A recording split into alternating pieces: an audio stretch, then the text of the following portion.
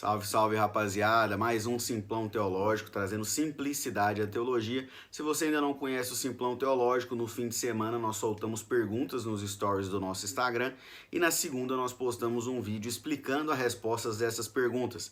E as perguntas dessa semana foram as seguintes. A primeira pergunta: quando somos salvos em Cristo, fomos escolhidos por quem? Então as alternativas ali era Jesus Cristo, Deus Pai, Espírito Santo e nenhuma das alternativas. Eu é que escolho Deus. Então, e a resposta correta era Deus o Pai. A palavra de Deus diz que Deus, o Pai, escolhe pessoas para serem santas e filhas, ou seja, Deus está escolhendo pessoas pecadoras que estão mortas espiritualmente. E o texto que vai dizer isso está lá em Efésios 1, de 3 a 5. Bendito seja o Deus e Pai de nosso Senhor Jesus Cristo, que nos abençoou com todas as bênçãos espirituais nas regiões celestiais em Cristo. Antes da fundação do mundo, Deus nos escolheu nele para sermos santos e irrepreensíveis diante dele em amor. Nos predestinou para ele para sermos adotados como seus filhos por meio de Jesus Cristo, segundo o propósito da sua vontade. A segunda pergunta então é: se Deus é quem nos escolheu, quando ele nos escolheu? Antes da fundação do mundo, no sacrifício de Jesus na cruz, quando nascemos, ou nenhuma das alternativas? Eu é que escolho Deus.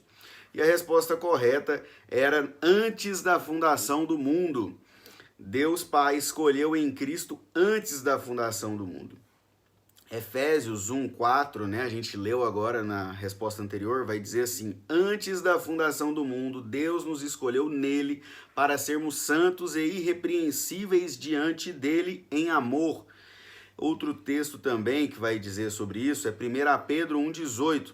Sabendo que não foi mediante coisas perecíveis como prata ou ouro, que vocês foram resgatados da vida inútil que seus pais lhe legaram, mas pelo precioso sangue de Cristo, como de um cordeiro sem defeito e sem mácula. Ele foi conhecido antes da fundação do mundo, mas foi manifesto nestes últimos tempos em favor de vocês. E Apocalipse 13:8 também vai dizer: e ela será adorada por todos os que habitam sobre a terra. Aqui está falando da besta. Aqueles que, desde a fundação do mundo, não tiveram seus nomes escritos no livro da vida do Cordeiro que foi morto.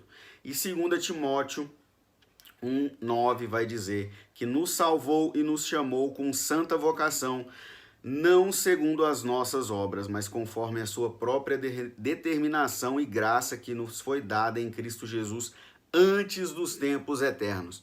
Então, o que esses textos trazem para a gente? Que o sacrifício de Jesus já aconteceu antes da fundação do mundo. O que isso quer dizer? Que Deus já sabia que o homem ia pecar e que Jesus era necessário que ele viesse ao mundo e morresse no nosso lugar, beleza? E a terceira e última pergunta: qual a dimensão salvífica do sacrifício de Jesus? Essa aqui muita gente errou. Primeira alternativa: salvar toda a humanidade, salvar apenas os judeus, salvar somente os escolhidos por Deus o Pai, ou nenhuma das alternativas, eu é que escolho Deus.